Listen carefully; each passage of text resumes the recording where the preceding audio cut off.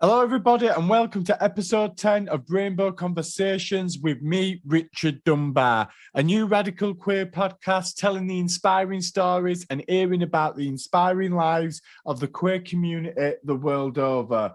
And in today's episode, we have two great guests with us. One, none other than Michael Walker, host of Tisky Sour on Novara Media, and also the brilliant Jenny Wilson, who's the chair of Happy Valley Pride and the founder of the International Day of Consent. Let's do this, people.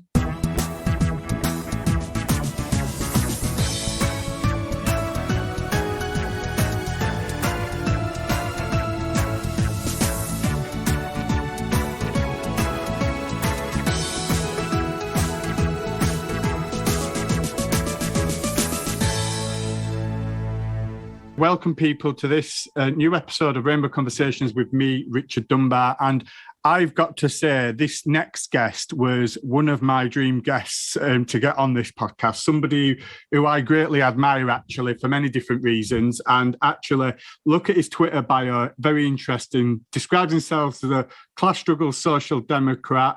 And for those of you who don't know him, he's the host of Tisky Sour from Novara Media. And that is...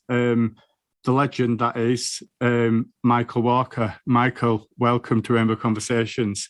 Thank you, Richard, and thank you for that very kind introduction. No problem.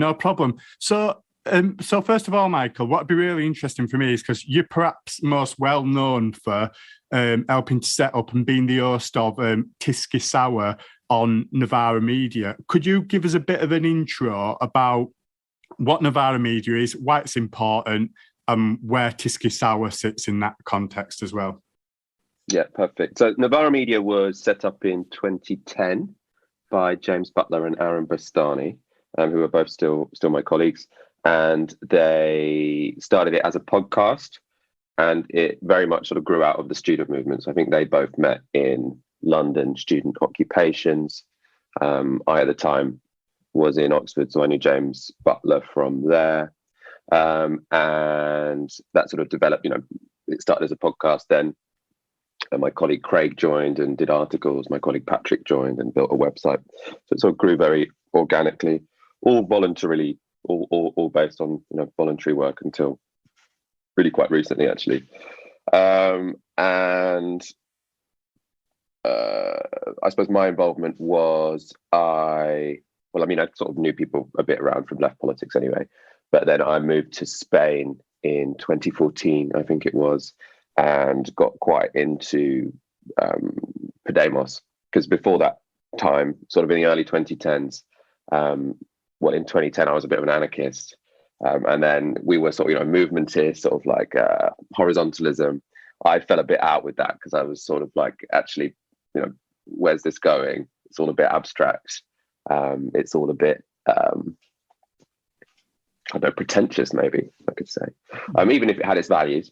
But then when I went to Spain, I went there for a different reason. I went there teaching English. It was sort of like there was Podemos who were from a similar background, but they were like, we want to speak to the general mass public, and we want to actually put forward something that people want to vote for. We want to take state power. And I was like, wow, this is totally exciting. And their party, I mean, they were all like politics academics, but they also had kind of grew out of a TV channel, because they had a sort of, they had the sort of Gramscian politics is downstream from culture or whatever.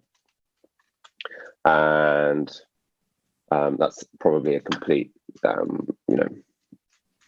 rehashing of Gramsci that's not particularly correct for any experts that are listening.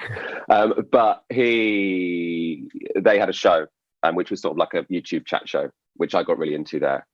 I sort of like watched it to try and learn Spanish. I was like, I want to try and make something like that. Came back because Jeremy Corbyn got elected. So I was sort of like, what I'm observing in Spain, I could actually kind of participate in Britain. So I might as well go back. And then pitched a show to Aaron and James, and sort of started from there. And then, grew into, so we had a very not regular sort of panel show called The Fix. And then sort of there's been just various iterations of the show, each sort of improving on the defaults of the former one, and we finally settled on a format that I think works in the last couple of years. And so it's only recently that sort of now we do three nights a week talking about, sort of 4 news stories a show, all live on YouTube. It will, and maybe it will go nightly at some point as well. But I suppose that's the background. I suppose if you want the purpose for it, it's, and why it's been super nice actually speaking to people after lockdown when you meet people in person, because there are lots of people who say like, you've really helped me through lockdown. I watch it 3 times a week. It's weird talking to you because I'm always you're normally speaking like in my bedroom. So it's quite, we sort of explain politics, take people through it, and I think because it can feel quite like isolating being left wing in Britain, I think we also provide a bit of solace in these difficult times. Let's put it like that. Absolutely, and I think that's really important. And when I first started sort of listening to Novara, I'd say probably 5-6 years ago, really proactively, is what I really liked is how you really shrewdly analysed information and stories and what politicians and activists were saying, and it wasn't just taking something at face value. And I think, like you said, that does give us leftists some solace, but actually I think it gives some a wider context and actually a bit more understanding to wider public. So people who might not necessarily be typical lefties in inverted commas. So I think you do really do that really well in essence, where a lot of other news sources don't, to be honest with you. So yes, I think it's important to sort of say that. So how do you sort of, on a weekly basis, you're getting the news stories in, you're deciding on the 4 for each. So what sort of governs what you sort of speak about? Is it personal interest or is it what's ever in the mainstream media? How do you make those decisions? I always find that really interesting. Interesting. Yeah, so first the format of it is because the show's 3 nights a week. So on a show day, I'll spend all that day preparing for stories. And then on a non-show day, that's sort of where I'm more sort of like, generally sort of reading around the news, trying to get a bit of a broader perspective on stuff so that I can bring some understanding on those days when I'm actually just, putting together stories. How we choose them, we do lean into the news cycle because, you want to be answering a question that people are asking, right? So if people are reading that, XYZ is going on, they're like, I don't really get it. You're like, well, we'll explain that to you. And then, one thing that I like doing more that we didn't used to do is sort of like have more pop culture stories that you can go through sort of like a political angle with. We did lots of fun shows actually during the Harry and Meghan sort of drama. And I thought, especially my colleague Ash is really good at this, is sort of making really interesting left-wing commentary on a popular topic that people might click on that aren't already on the left. So that's sort of like the holy grail for me, is if you can get a video where it is, along those lines. Similar when, like Bella Hadid came out and sort of said, from the river to the sea. So you've got this angle where, people who aren't already left-wing might watch this. How do you make it sort of engaging? Obviously, that's a minority of the stories. Most of them are just a political topic that we talk about. But if you can find that crossover, that's the ideal.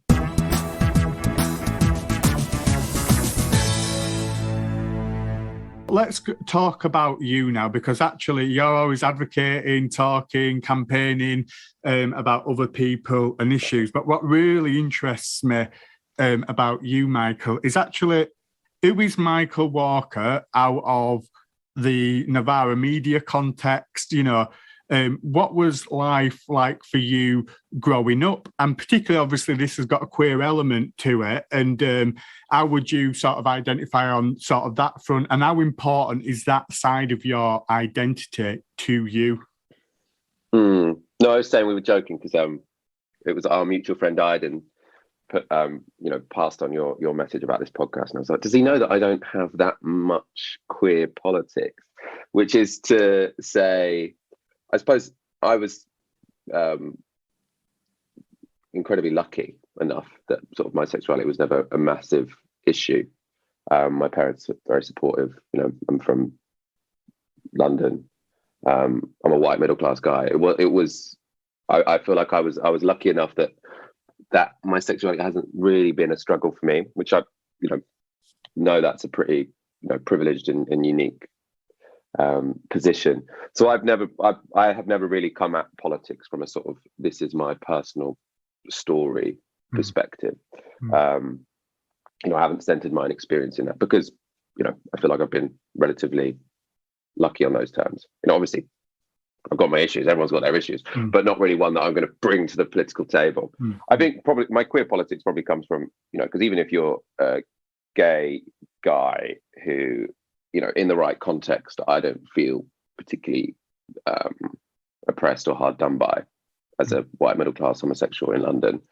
What I think you inevitably do have as a gay person is loads of fucking friends who were fucked up because of their sexuality and their sexual identity. So I suppose my queer politics comes entirely from my friends, which is not to say I just accept what they say and repeat it in terms of political positions. We argue and we challenge each other, etc. But in terms of my, I think even if it's not from my direct oppressions, I think I have a deeper understanding of the struggles that queer people face because that's all my friends, right?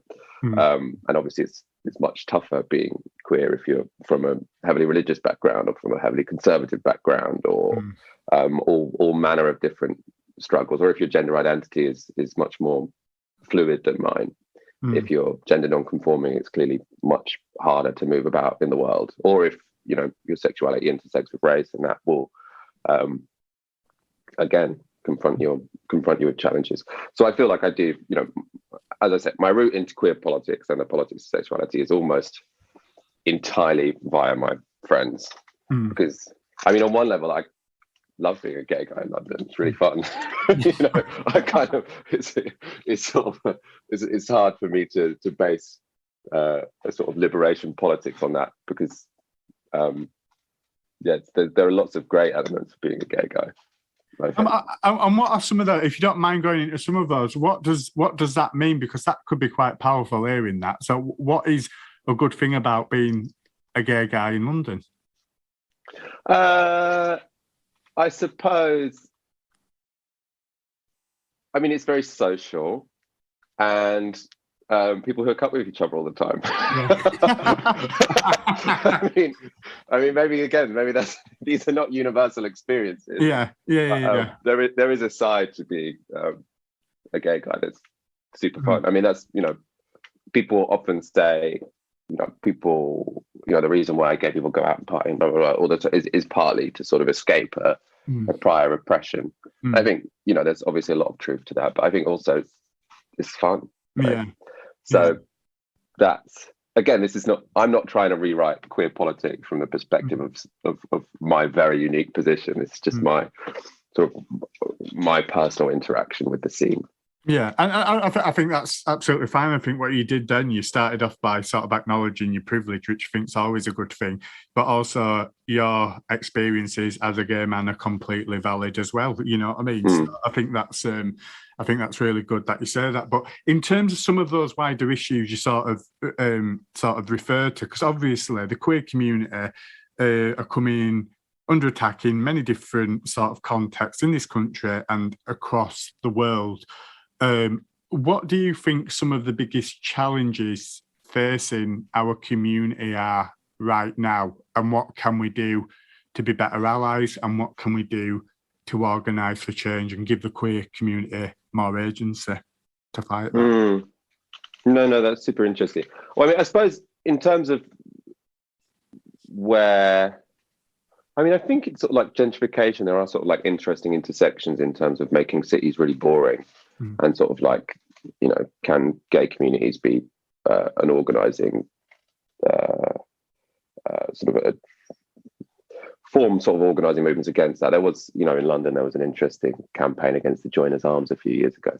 I think much more directly, it's clearly, I think, the backlash against trans people and trans rights, which is the most obviously urgent, specifically LGBTQ plus issue at the moment. And I know I have many trans friends or gender non-conforming friends, and the current hostilities, especially online and especially from real figures in the establishment, incredibly like elite privileged people, is incredibly intense. So I feel like that's, I mean, I think that's probably got to be a priority at this point in time, and seems to be where, you know, the struggle genuinely is. I'd say, I mean, the struggle is in loads of different places, but the most obviously, the place where it seems most obviously intense to me is the backlash against trans rights. What I was going to say as well is something else about you as sort of an individual. Is the whole? I'm hearing a lot of things at the moment about the word queer. Now, that's a word I, growing up, sort of struggled with because it was often used in a negative context. Now, that seems to be being reclaimed now by a lot of people. Now, do you struggle with that term, or do you sort of own it? And what does it mean when somebody says queer culture? What does that mean to you? Yeah, it's interesting now. I think the part of London where I'm from, East London, queer was never.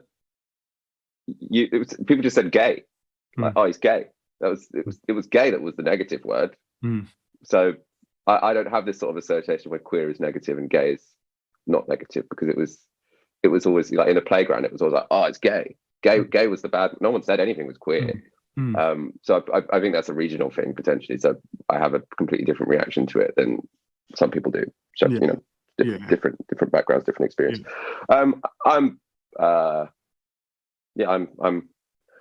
When people ask me, I normally just say I'm a gay man, because I think it's sort of like, it's a bit more descriptive about my personal gender identity and sexuality. But I definitely identify as queer in the sense that I'm part of the queer community, and you know, I think I'm into it. I can see why some people don't like it, which I think is fine. I think some of the backlash against it seems a little bit concocted. I know I've sort of seen some really bizarre sort of interventions from like LGB Alliance people, sort of like against, you know, saying people are calling themselves queer. Oh, this was Rosie Duffield, wasn't it? She's a Labour MP. So she went on the radio and said the real problem is men calling themselves queer who've got a girlfriend. And so I think that they might just be bisexual, or maybe I feel like the real trying to police the boundaries of who is what, I find it completely bizarre. You know, when it comes to sexuality and gender identity more generally. But yeah, so as I say, I don't have the particularly complicated feelings around the word queer, probably because it wasn't. Yeah, there were different slurs where I'm from. Yeah. No, that's interesting. And just going back to you about your experiences that growing up, and it really good to hear, you know, you had supportive parents who sort of accepted you. What was your journey like in sort of other circles? So what was your coming out journey? Was there a coming out journey, and was it? Did you have different experiences in school, educational settings, in youth clubs, where other circles you might have socialised? Yes, I often say that I didn't properly come out, which I think was a bit of a shame, because I was when I was younger, I was sort of like, I don't need to be gay or straight, you know, I can just date who I date, which I think actually meant I wasted quite a lot of time. Right. I think if I've got one regret, when I was 16, I should have been like, I'm gay, and then gone out to all of the clubs and made a huge circle of gay friends.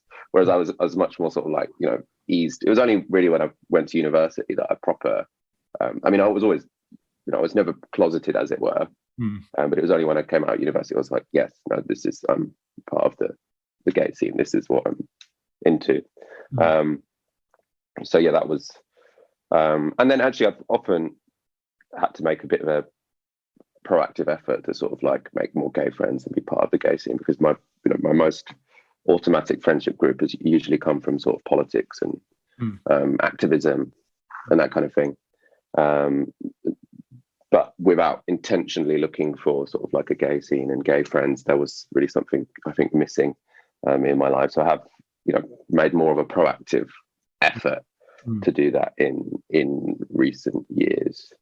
So yeah, even though I said, you know, the supportive parents, I've got no real big complaints on a personal level. There are a few things I might have done differently, but that's very natural, I think.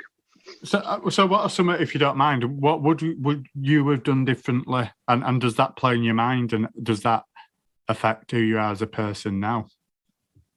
No, I wouldn't go that far, I suppose. I think I would have just made a bigger effort to sort of like, properly identify as gay and sort of join a scene earlier, as opposed to being a bit sort of like, I suppose another way of putting it maybe is when I was much younger, I was more sort of like, I don't need a sexual identity and to join a sexual identity. I sort of felt like maybe I could rise above it. Like, actually, no, really join your sexual identity.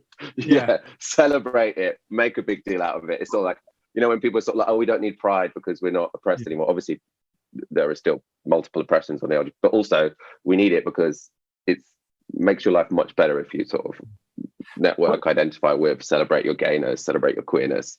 So I'm very pro all of that, and I think I came a little bit late to that. And what stopped you? What is there any sort? Were it the sort of negativity from wider society? Was it something in particular, do you think, you could point your finger on? Because that's really interesting. That's like, why didn't you feel you could be who you wanted to be several years ago? I don't think it was so much who could be who I wanted to be. I think it was more, I was hoping that a bunch of gay friends would just arrive. Right. And actually, I think you have to be a bit more proactive about it. Yeah. So, if they don't land on your lap, then you've got to do some awkward things, which you've got to go out on your own, or you've got to, meet people on apps. I think that it's much easier now when you sort of meet Gen Z people, because you've had those apps your whole life. Then you're just constantly surrounded by gay people.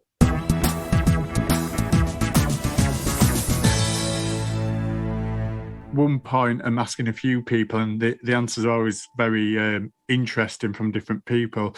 What does queer liberation look like to you in a modern day context now? What does it look like if you were to, from your point of view? Yeah, again, I think I'd think of that more in terms of like my friends.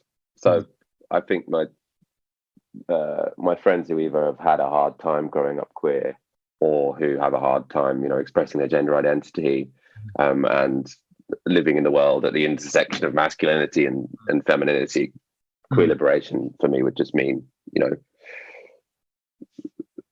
those struggles, those challenges not happening anymore, because they have, I've seen them be fundamentally incredibly damaging. The most significant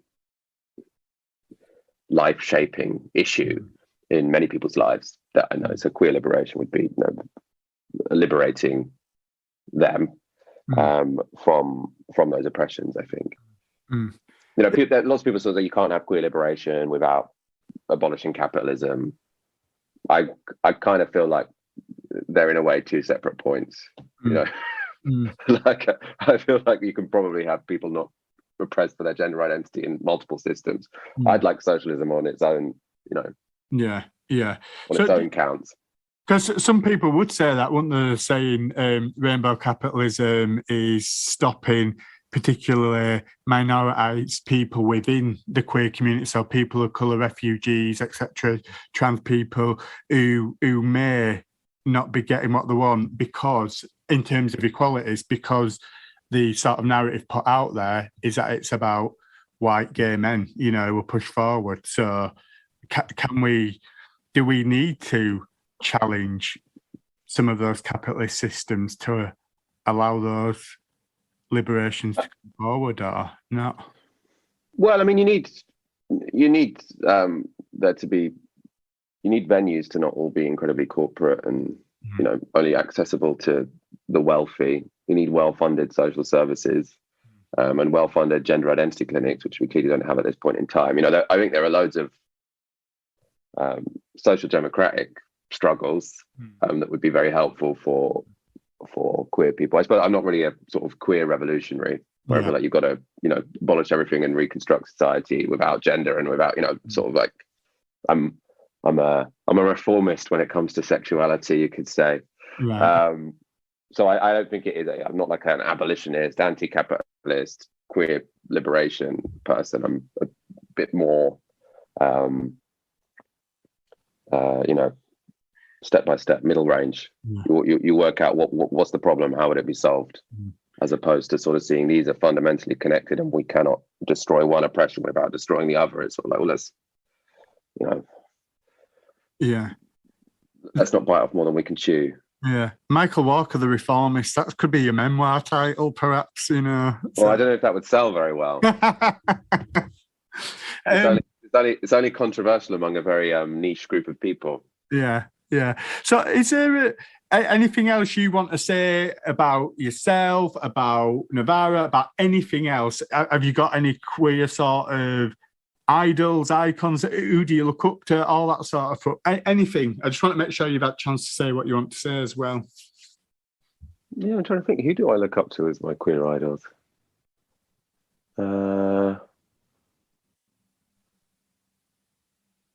Yeah, I'm not really sure my answer to that question. Just my friends, Yeah. I know people who've really struggled through their queerness, and I have the utmost respect for it. Like, I feel like it's one of the most challenging thing people can do is sort of come out in a hostile environment, or explore their gender identity in the current environment in Britain. I think it is incredibly brave. And I sort of have just utmost immense respect for people who have been through that and survived and, flourished or maybe still struggle. I think I'm also very glad that I have those people in my life. It's very, it's enriching of my life to sort of see people sort of explore and push those boundaries. Cool. More than I can't, there's not like a poster on my wall of someone who is like my queer idol. Yeah. And actually, that's quite nice in terms of, being influenced by your friends and acknowledging their struggles as well, because we do learn from that sort of stuff. People always say to me who were my idols, not particularly queer idols, but in general, and they expect you to say, as important as some people like Mandela and other people are, it's like, I talk about my mum.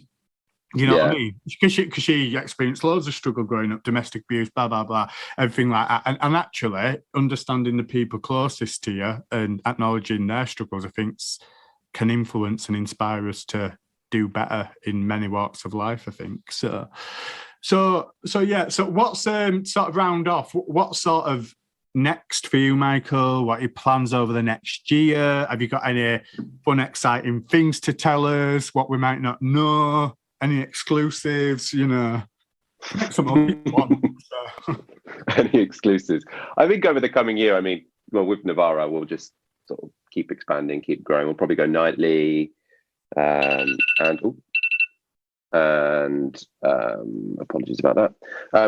I think keep doing what we're doing.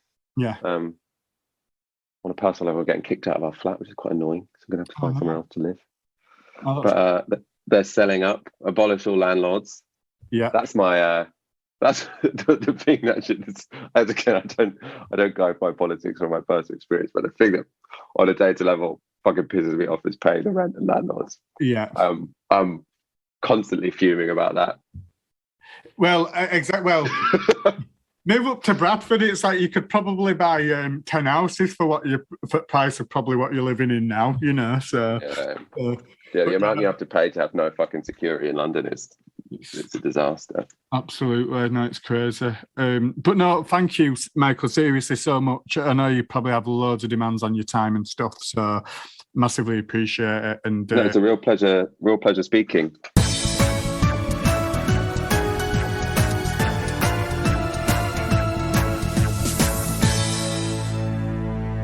In the Rainbow Spotlight this week, we have Jenny Wilson. Jenny Wilson is the chair of Happy Valley Pride, based in Coaldale. Happy Valley Pride was set up in the aftermath of some homophobic graffiti in 2015, further proving the point that Pride is still a protest. Jenny Wilson is also a creator, an activist, the founder of Irregular Arts, but importantly, what we will also talk about, also the founder of the International Day of Consent, which is on November the 30th every year. Jenny Wilson, welcome to Rainbow Conversations. Hi, Richard. It's great to be here. Thank you very much. in terms of Happy Valley Pride, because I understand you're the relatively new chair of that, would you just be able to tell us a little bit more about Happy Valley Pride, why it's important, and any future plans that you've got? Yeah, for sure. So yeah, Happy Valley Pride started back in after some homophobic graffiti in 2015 in Hebden Bridge. Now, Hebden Bridge is a really funky town that we think of as people talk about it being the lesbian capital of Britain and stuff. You'd think of it as being really inclusive, but if a town like Hebden Bridge can have graffiti like that, then as you said in your introduction, it kind of demonstrates the need for us to continue to fight for and promote the equality and diversity, eradicating the discrimination of people based on LGBTQ identities. So we were the organisation was founded back in 2016.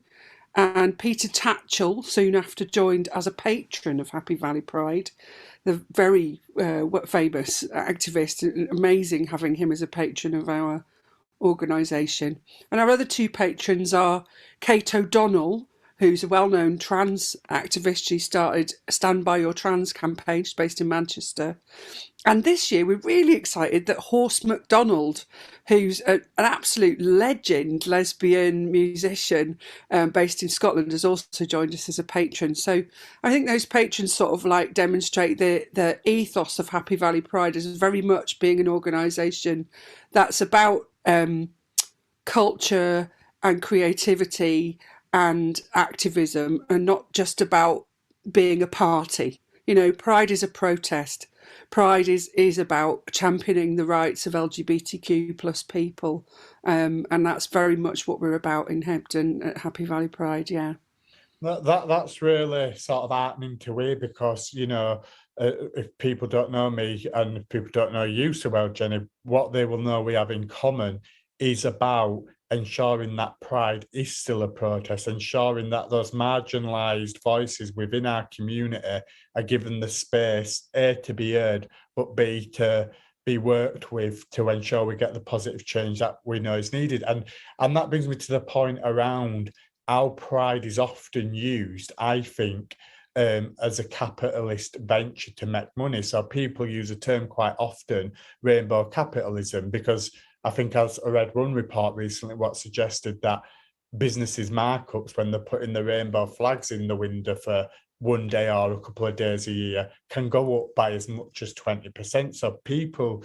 are seeing it, corporates seeing this as a money-making sort of scheme. So can you tell me, in terms of Happy Valley Pride, in terms of your programme of activity, the sort of events and activities that you do that would basically fly in the face of all that awful capitalist ventures there? Yeah, for sure. I mean, there are some programs that are up and running now. It's taken a while, but and obviously funding's always an ongoing challenge. But there's a couple of programs that are happening kind of year round, and a lot more of our activity became more year round with the lockdowns and stuff. But the two programs I'd highlight is we're doing quite a lot of education and outreach work. Led by Terry Logan in in a lot of the local schools. So on the Pride stage in the park in Hebden this year, we had a small group of young people talking about their experiences of being LGBTQ young people, and being allies to that and celebrating their differences. And so the programme is very much about not about outing anyone or any of that kind of nonsense, but about making sure that young people are talking with each other and supporting each other to be who they want to be and to celebrate whoever they are. So that's brilliant, that programme, and it's really going well, and I hope we're going to be able to go from strength to strength with that. The other programme is the Mind Your Head programme, which we're running at the moment in partnership with the Brunswick Centre in Hebden, which is about mental health and supporting LGBTQ plus people's mental health needs. And there's sort of wellbeing sessions, and there's been some sort of queer friendly keep fit classes and some talks about looking after your mental well-being that we've been running through that program. So so it's not, and sort of visual arts workshops with schools and with communities, lots of different ways of involving people throughout the year, and also running online events, which we'll continue to do even though we're out of all the lockdowns and stuff now, to try to make sure that we can have that people can access their community and celebrate their community all the year round, as well as events themselves. Absolutely, and I think that's what comes across really strongly about Happy Valley Pride. It's focus on inclusivity and accessibility, and that might be a really obvious thing to say, but not every Pride event is like that. So I think hats off to Happy Valley Pride for ensuring that's at the top of your agenda. But in terms of, if people, you talked about some of the all year round sort of events you're doing there, but on the sort of actual Pride Day, Pride weekend, if people want to come along, when does that happen during the year? What time of year is it? We're actually sort of in a period of working out when that is, because it's changed a lot in relation to the lockdown. So our events this year were in August. Previously, they've been in July. So we haven't quite pinned down when they'll be in 2022. But it's been, in the past, we've done week-long festival at Happy Valley Pride rather than just one day. And this year it was a long weekend rather than a full week because we scaled back because of COVID. But there was, there was an exhibition in the town hall. There was a Mind Your Head talk event. There was a couple of online things, and our main event was in the park in the middle of Hebden Bridge. And it was a kind of a pink picnic type of event, but also we have the much loved annual dog show, the Pink Pooch Parade, which is brilliant. People dressing their dogs up in costumes and giving prizes to the dog with the waggiest tail and that sort of stuff. And can you just say, sorry to cut you off at that point, but if anybody's not been to Hebden Bridge, it's like, I think there are possibly more dogs and pooches than there are lesbians in Hebden Bridge, and that's saying something. So they're all out in their rainbow bandanas and their fancy costumes, the dogs. It's lovely. Really, the dogs at the event. And then but alongside that, some really high quality artists. We had Horse McDonald headlining this year alongside local performers who are really talented, like Terry Logan. We had Claire Shaw, the poet. So it's a range of different sorts of things. It's not your usual Pride fair of kind of covers bands and that sort of stuff. It's a real range of different kinds of music, different kinds of performance. In past years, and hopefully back next year, we'll have Ducky, the famous club night from the Royal Vauxhall Tavern in London, have come up to Hebden to the Trades Club and run a club night for us. Which is, that. Please make that happen. I'm coming to that. Ducky Comes to Yorkshire has been a thing we've done in the past and we hope to do again. We've had brilliant cabaret acts like Bourgeois and Maurice and various others. So it's a really diverse kind of programme over the course of about a week next summer. And if you just look on the website and join our mailing lists, it's quite easy. We'll make sure that you get the information once we've done the planning. So tell us that then. So in terms of the website and socials, where do people need to go in order to follow you? Just look for Happy Valley Pride. On the web, we're happyvalleypride.co.uk. We're Happy Valley Pride on all the usual social platforms. So, yeah. Amazing. That's great stuff. Right, that ends that segment, people. But what we will do now is we are going to talk to Jenny about her role and all the amazing activism she does around consent. Now, Jenny, you are the founder of the International Day of Consent, which is the 30th of November each year. Can you just very briefly tell us what is the International Day of Consent and why was it so important that you set that up? Okay, so I set up the day in 2018 and I've been working with consent kind of after all the Me Too, #MeToo stuff, and just coming out of my own activism and my own work, for me, consent is a really, really transformative thing. I'm not just talking about transactional, legal, sexual consent. I'm not talking about, like consent in terms of sort of data protection and that kind of boring stuff and compliance and stuff. I'm talking about consent as in terms of our personal agency, our ability to agree, our ability to give permission to each other to act on things and to build consensus around things. So I'm talking about the consent you give yourself in your own head when you say, yeah, I'm going to allow myself to do that, or you stop yourself from doing things because you don't think you can or should. I'm talking about the consent at an interpersonal level, and obviously sexual consent's a big issue around that, but there's lots of other issues, especially coming out of the COVID pandemic. You can't just walk up to people and shake their hands and hug them and be in a space with them. That needs navigating now in a different way. And then we're also talking about consent and consensus in organisations and groups, and how it plays out when you're in a social setting, in kind of workplaces and that sort of thing.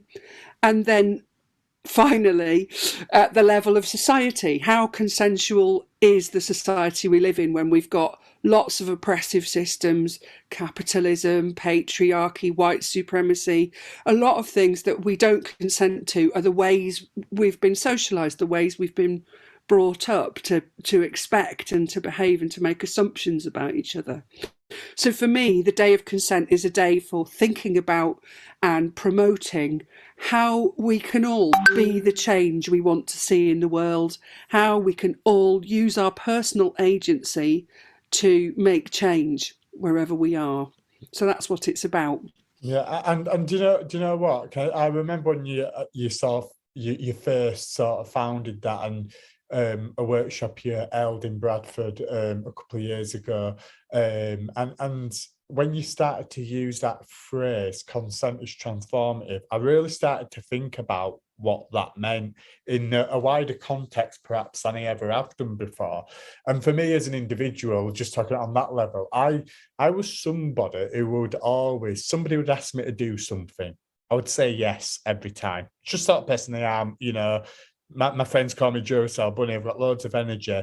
But actually, by saying yes all the time to everything almost, what I didn't realise I was doing is I was exacerbating my anxiety, I was exacerbating my own mental health, and that was having a detrimental impact on being able to do things. So on that level, so thank you for being so explaining something so simply, but it was transformative. And your point about the societal level thing is so important, because people are so done to, by the systems that we live in, and sometimes don't always realize it. Because if you're, I don't know, this is just one example. If you're a single mother with 4 kids, you got an abusive husband, and your priority is making sure your kids get fed, actually, that's not your fault. Like a lot of the systems, the patriarchy, which allows that to still continue and actually doesn't give you the protection. It's always about, that's the point. It's up for me. I get my eye out about this because it winds me up, growing up in a family where domestic abuse was rife.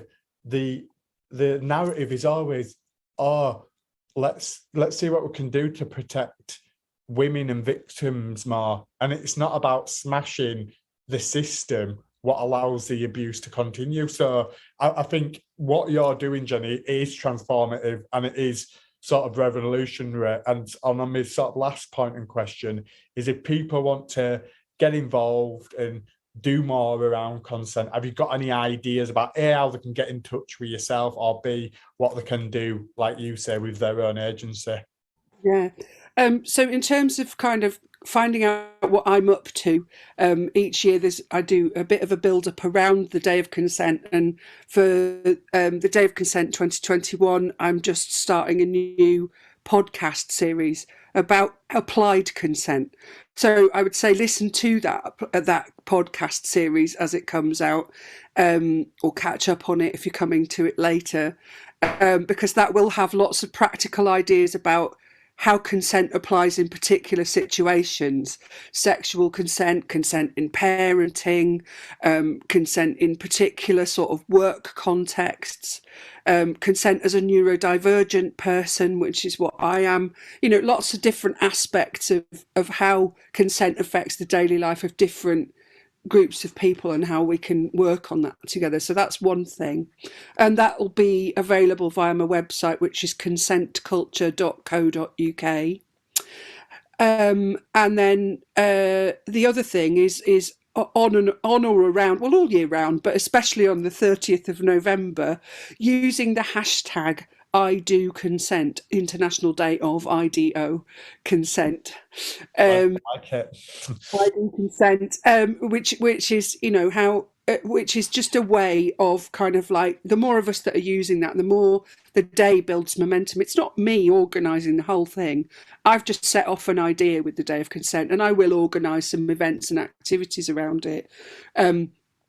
But what was brilliant was in 2020, I was in a Facebook group and someone mentioned the International Day of Consent on the 30th of November. And I got chatting with them and they went, "Oh my God, I had no idea that you were the person who founded it." And so it was brilliant because it had finally got a life of its own, where people are owning this idea of transformative of consent, and they're learning about consent and they're using it in their own lives, and they're championing it for themselves. So yeah, that's something I'd love people to do. But yeah, practically, in terms of thinking about how consent works and really deepening your understanding of it, there's an acronym on my website which I'll just run through really quickly, and the podcasts explain it in more detail. I'm not just talking about yes and no. I'm not just talking about grey, a black line of right or wrong. It's not a binary thing. Consent's a very, very, very with all those different layers. So I'm talking about consent that is freely given. In other words, it's not coerced. It's something that someone's free and they have the capacity to consent to. It's reversible. You're allowed to change your mind. You're allowed to say, yes, I did think I wanted to do that, but actually, no, I don't after all, and back out of things. It's informed. And you fully understand what you're consenting to.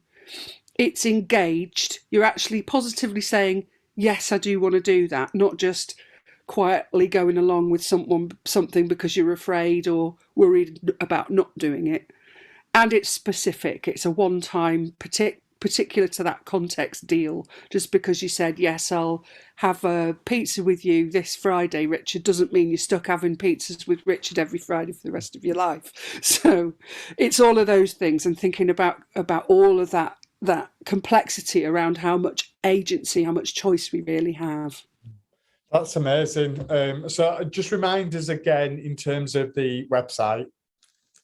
Consentculture.co.uk. That'll signpost you on to the podcasts and other places. There we go, people. That was Jenny Wilson, chair of Happy Valley Pride, activist and founder of the International Day of Consent. Thank you, Jenny. Thanks, Richard. What a great episode that was. A massive, massive thank you to Michael and to Jenny for their amazing contributions. Do keep in touch with us at Rainbow Conversations by following us on Instagram at Rainbow Conversations, or on Twitter at Rainbow Convos. See you next time, people. Bye. All best.